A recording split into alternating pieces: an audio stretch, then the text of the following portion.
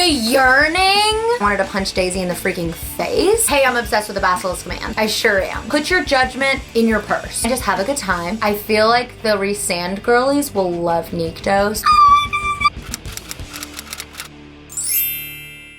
Hi besties, welcome back to my channel, and if you're new here, my name is Laurin. I'm a lover of all things books, home, and beauty. Today, we are doing my July reading wrap up. I am trying to be consistent about doing these every month, so it is finally time to discuss and go over all of the books I read in July, and I'm gonna tell you guys if I would recommend them to you, my ratings, and kind of just give a little bit of a breakdown about what each book is about. So if you wanna know all about the books I read in July, then keep on watching. In the month of July, I read a total of 8 books, and as always, I'm gonna go from the order I read them from like first to last, so you guys kind of know where my mindset is going. So for the first book I read in the month of July was The Prince of Power by Skyler Mason. This book was actually sent to me in PR. Thank you so much to Skyler Mason for sending me that book. I was so freaking excited when I got that book. The book, the stickers, everything was literally gorgeous. So this is gonna kind of follow like a dark academia kind of setting. It is secret society, it is good girl, bad boy, and I gave this book 3 out of 5 stars. There were aspects of this book that I really, really loved. I loved the good girl, bad boy aspect,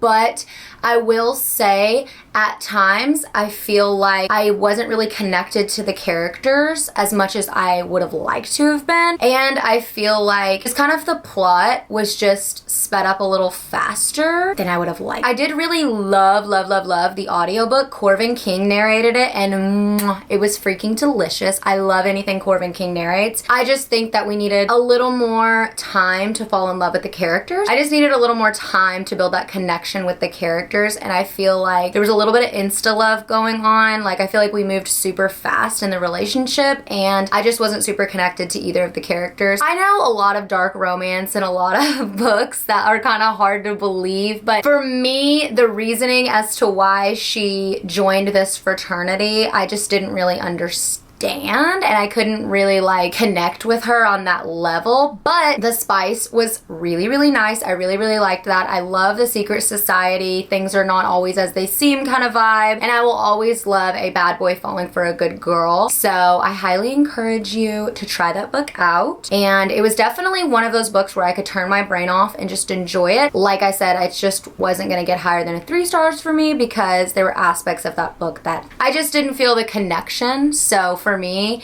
when I read, I feel like it's all about connection and the way books make me feel. So that is my thoughts on that. The next book I read was Daisy Haites, which is book 2 in the Magnolia Park series. When I tell you, I've never read any books by Jessa Hastings until Magnolia Parks, and then Daisy Haites. Everyone's like, you're gonna be a Magnolia or a Daisy girl. I thought I was gonna be a Daisy girl. No, I miss Magnolia and BJ, and honestly, the thing I loved most about Daisy Haites was Christian hems. I'm a Christian girly. Let me just read this quote for you guys. Oh my god, I'm so obsessed with Christian. Daisy's that feeling you get when you're floating on your back in a pool and there's so much noise around you until you put your ear under and it all goes quiet. That's how she feels to me. Does he touch her like I touch her? I love her waist. Love how I can hold it in one hand. The freckle under her eye that always seems like a call to arms to kiss her. The corner of her jaw that I trace every time we have sex. Is he doing that? Of course he is. The shape of her face demands it. The yearning? Like, I cannot handle this man. I'm so freaking obsessed with Christian hems. He is everything and more. Daisy got on my freaking nerves because I feel like there was a miscommunication trope going on here where Daisy just didn't say what I wanted her to say, but I'm like complaining because I wanted to punch Daisy in the freaking face, especially the way she's doing Rome. Like, and I'm actually gonna backtrack so I can explain to you guys what the book is about. So if you haven't read Magnolia Park, it is like a bunch of friends and how toxic they are. That is pretty much what it's about. Whenever people are like, oh, it's the British version of Gossip Girl. Yes, I will say that, but it is very like toxicity, red flags. And if you like that kind of drama, then I think you would like Magnolia Park. But at this point in my reading journey, I think I was just like, I was enjoying it, but I wanted to punch Daisy in the face, which honestly, a book that can get my emotions out like that, again, that is what I'm looking for. I'm looking for a book that pulls on my emotions. I did rate this 4 out of 5 stars. So it got a 4 out of 5 star rating for me because again, it kept me in, it kept me sucked in. I was super attached to both of the characters. I wanted to literally shake Daisy and be like, hey girl, Look Alive, backstory of Daisy Haites. She and her brother, Julian, also Julian, her brother.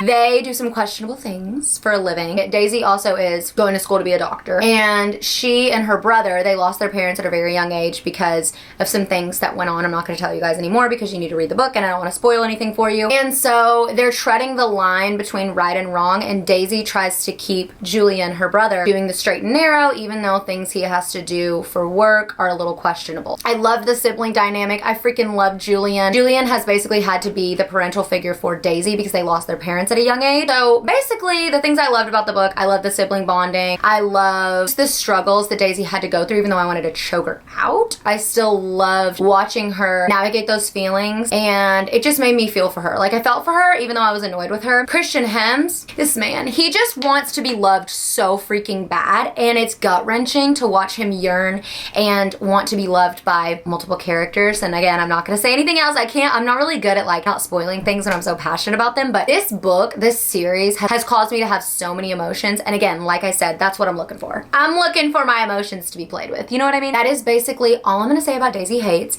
And if you're thinking about reading Magnolia Parks, just keep in mind, are you okay with the cheating trope? Are you okay with people acting like idiots and miscommunication and people being selfish? Then yes, this is for you. And again, I feel like I'm not saying what the characters do in this series is right. I'm just saying I do love a complex character. I love reading about characters who are not doing exactly what they're supposed to be freaking doing all the time. It keeps it interesting, and I was never bored reading either of these books. I will say Magnolia Parks got a 5-star for me last month, and Daisy Haites got a 4-star just because I didn't love Daisy as much and I didn't resonate with her character as much. But again, still a great book and still highly recommend the Magnolia Parks series. The next book I read was King of Envy by Anna Huang. This is the 5th book in her Kings of Sin series. Okay, everybody was like, Laurin, you were going to freaking love this book. Like, you're gonna be so freaking obsessed. Like, go in, you're gonna be eating this up, da da da da da da. Here's the thing. I rated it 4 stars, by the way. 4 out of 5 stars. It was not a 5-star read for me, and a lot of my really close friends, they rated it 5 stars. And here's why it was not a 5-star read for me. Baby, this was a thriller. This was giving kind of thriller.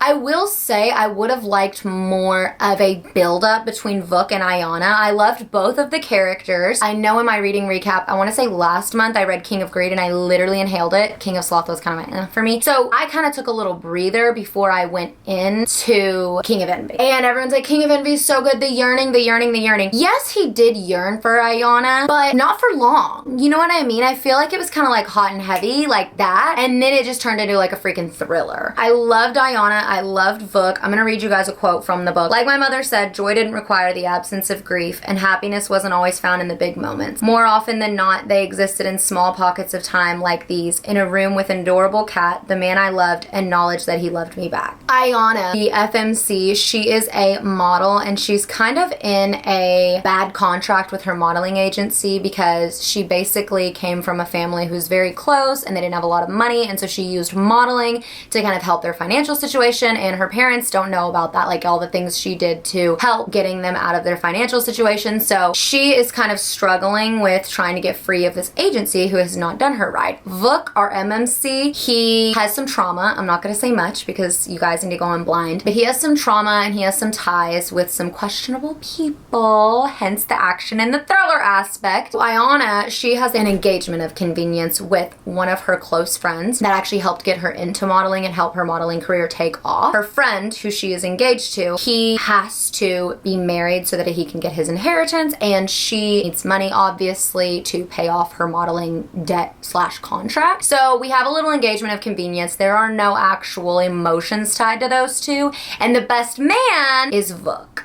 And Vuk has yearned for Ayana for a long time. You guys will kind of get to see why, to see how. He just has a little bit of a for Ayana, and he thinks she's gorgeous and she's stunning, and she is. She is the it girl, and we're obsessed with her. That's kind of where the yearning comes in, and I enjoyed that. However, Vuk's past comes back to haunt him. I liked the smut in it, but again, I like a slower burn, I think. And I think I was going into this like waiting for the slower burn and the yearning was still there. It was just short-lived, and I wanted a little bit more yearning, but I still enjoyed it. And there were certain scenes, which again, I'm not going to say anything, with the thriller aspect of this book that actually cracked me up. Because again, I'm not a thriller girl. Like, I like action and like mafia romance and in fantasy books, but thrillers stuff is just not really my like cup of tea, but I still enjoyed this book. It just was not a 5-star read for me. The next book I read was Kiss of the Basilisk by Lindsay Straube. You guys, this one has been on my TBR shelf for a very long time. I just picked it up. I was like, yeah, Basilisk, yep. I love Ryder Draconis from the Ruthless Boys series. I'm gonna meet a little basilisk. We're gonna see what's going on. I have seen this book all over TikTok,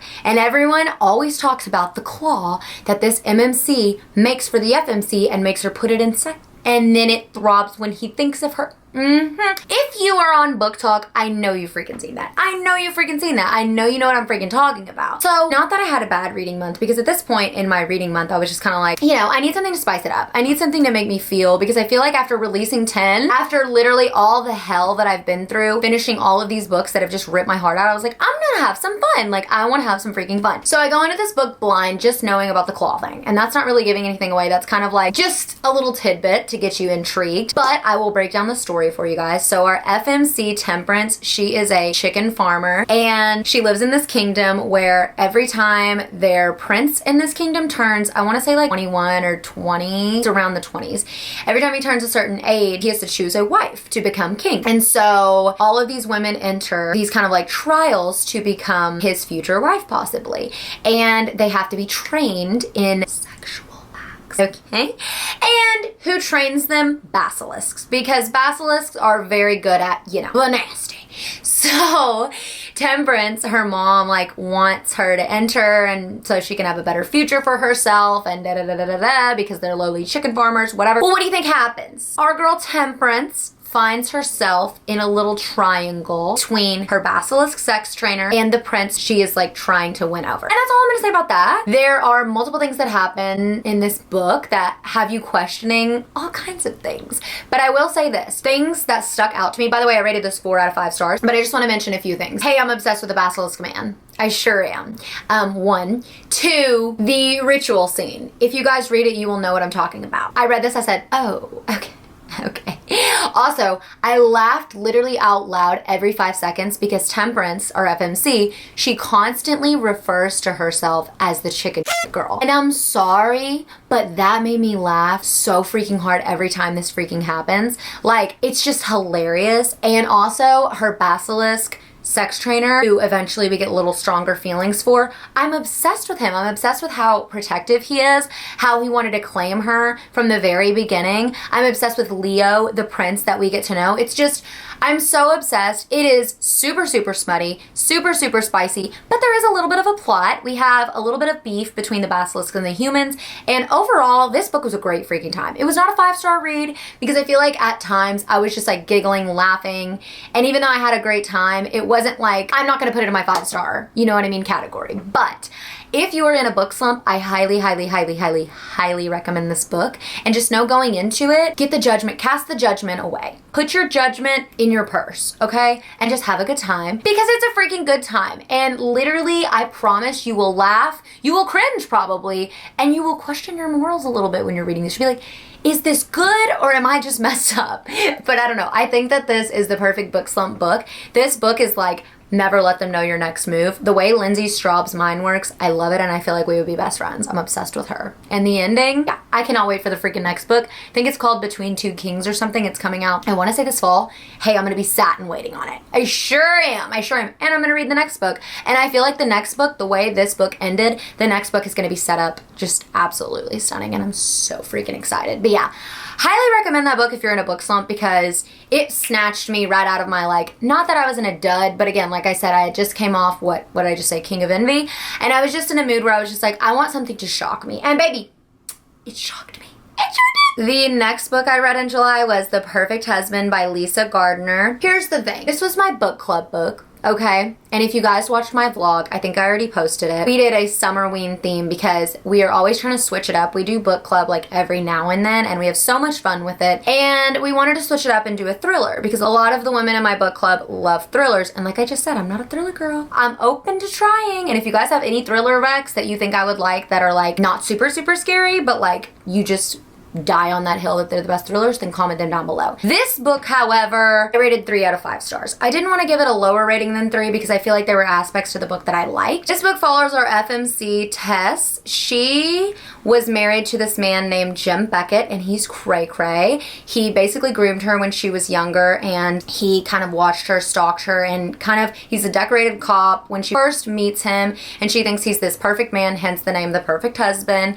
So they're married for a couple years, and then all of a sudden she notices super weird things, and she confronts him because she's like, hey, you're gone a lot, you have no hair on your body, like I'm just getting like, you know, I'm getting a little suspicious that you might be doing some things that are not right. So she starts logging all of these things that she's noticing that are suspicious. She eventually has enough information that she hands over to the cops, and her husband is arrested. So he gets arrested, and she's super scared of him, obviously, still, because he traumatized her and he's crazy, and he was murdering all of these women, all of these blonde women. And so he's in prison. So her and her child that she had with Jim Beckett have been kind of in hiding and kind of been just scared, you know what I mean, because this man's crazy. So what do you think happened? He gets busted out of prison. He busts out of prison. He escapes. She's super scared. She runs and tries to find this ex-Marine who is going to teach her how to protect herself. That right there irritated me because I'm just like, I liked the aspect of him being a killer and him being on the run trying to find her. This is where the book got,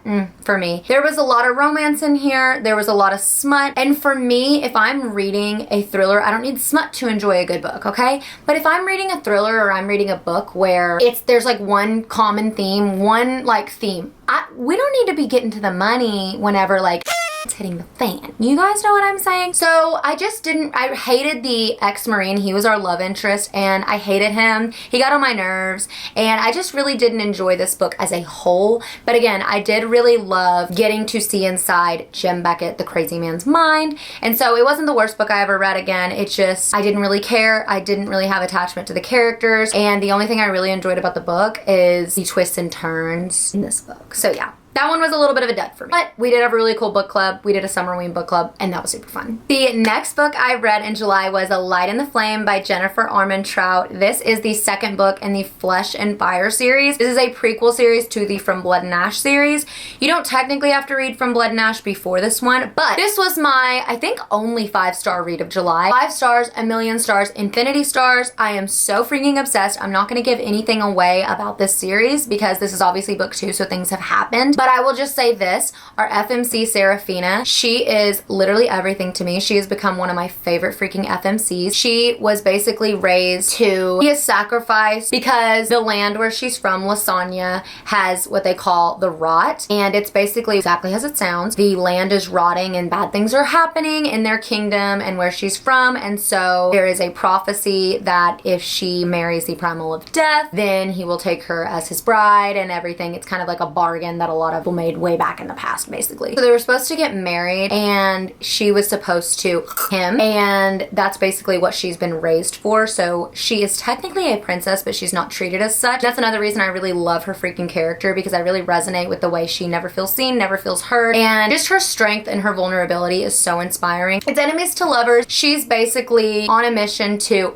the Primal of Death so that the rot can end, because that is the human's understanding of this prophecy. And I'm not going to say much because we learn some things. We learn what's true. We learn what's not true. So that is what this series is about. And if you read the From Blood and Ash series, you kind of get how it intertwines into the From Blood and Ash series. And I guess you could read this before, but I would not recommend it. I would recommend reading From Blood and Ash first and then reading this one. Also, I will say this about Nyktos, our MMC, the Primal of Death. He's becoming one of my favorite book husbands, okay? I'm obsessed with him. The yearning, the way this man cares for our FMC. The enemies to lovers is just insane, and obviously this is book 2 in that series, but oh my gosh, I just love Jennifer Armentrout's writing. I love this series more than I do the From Blood and Ash series, and I can't say much because again, I don't want to give anything away, but if you guys like enemies to lovers, if you like an FMC that is strong, that you can resonate with, then you will love Serafina. And if you like a man who literally always is a martyr to everyone and always does what's right, is powerful, I feel like the Resand girlies will love Niktos because there are some similar aspects, and I'm not gonna say much, but you guys, it's so freaking good and you just need to give it a try. It's everything. The next book I read was Till Summer Do Us Part by Meghan Quinn. Oh my gosh, this was a Kindle Unlimited book that I just picked up in the middle of the night and I stayed up until 2 a.m. freaking reading it. So freaking good. I rated this 4 out of 5 stars. I am so obsessed. It follows our FMC who works with a bunch of Chads and Brads, as she calls them, and they're all married and they're always talking about their marriages to their boss, and she wants to impress her boss. So she basically lies that she's married and her marriage is struggling. So her boss is like, oh my God, I'll invite you to my husband, who's a therapist. It's summer camp for our couples and he is just the best at what he does, and you and your husband can come and it'll be amazing, and you know, we'll bond, whatever. So her wanting to impress her boss, she's like, okay. So then she has to find a fake husband. She finds a fake husband, which is her best friend's brother. So he's down for anything. He's a self-made millionaire who just retired, and he kind of has this zest for life, and he's also an improv lover. So he's like, yeah, I'm down to clown, whatever. So they go to this adult summer camp and they have to pretend like they're freaking married because she has to keep up this ruse that she's married and her marriage is struggling. And it is just freaking hilarious. I am so obsessed with it. It really got me in the summer mood, and if you know me, you know I freaking hate summer, but I was laughing out loud so many freaking times. The spice was spicing. And you know, we know what happens when we got a little forced proximity, we got a little fake married situation, things are gonna happen. And it just was so delicious. This will not be the last Meghan Quinn book I read. This was my first book I read by Meghan Quinn, and I was so freaking obsessed. So I highly recommend that. It is a good time. It literally put me in the best mood, and I ate it the freak up. Stunning. The next book I read was On Wings of Blood by Briar Boleyn. This book got 3 out of 5 stars, and let me explain. If you watch my vlog, you'll know a little bit about this. I went into this and everyone's like, Zodiac Academy, 4th Wing, da-da-da-da, Harry Potter, this is so good, there's so many dragons and so many whatever. Now, let me say this, the way this book ended, yes, I am feeling that way, kind of. But this book started off so slow. Like, actually, that's not even true. It starts off with our FMC. She is a half fae, half mortal woman. She is on top of all of these dead bodies, and she doesn't know where she's at. She's like, where am I? Like, what am I doing here? And all of a sudden, these vampires find her. Hot vampires, by the way. And she finds herself basically betrothed to this hot vampire who's basically part of these like vampires who are basically like better than anyone else. These vampires find her. They think that she has dragon rider blood because she has red hair and she has pointy fake ears, and there's some kind of prophecy.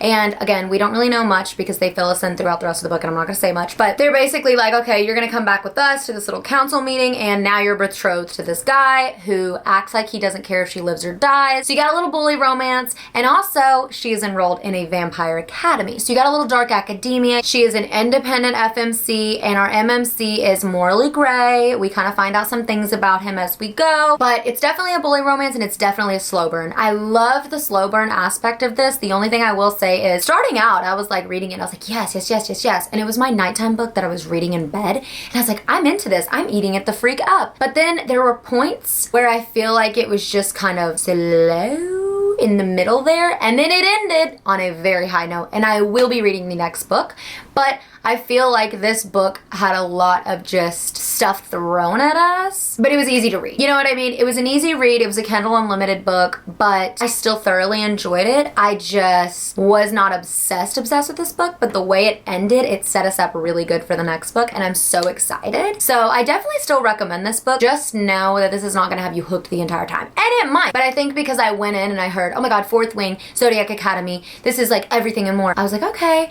And I will say, like, I'm super excited for the next book. I have really, really high hopes for the next book. This book just moved a little bit slower for me. You know what I mean? All right, that's all my thoughts on that. That concludes all the books I read in the month of July. I feel like I had a relatively good reading month this month. It was super fun, and I still had some good books in there. I said this in my vlog, I think.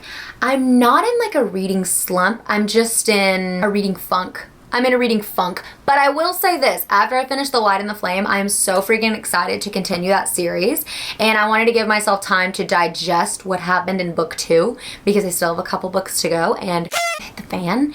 But I did have a lot of fun books. I feel like this was kind of an unserious month for me. And I do want to diversify my reading. If you guys have any recommendations for thrillers, because I do want to give more thrillers a chance, then comment them down below because I would love to explore more genres. But this month was just like, so-so. It was okay, but I did have some bangers in there and I'm very grateful. But yeah, as always, thank you guys so much for watching and hanging out with me, and I'll see you in my next video. Bye!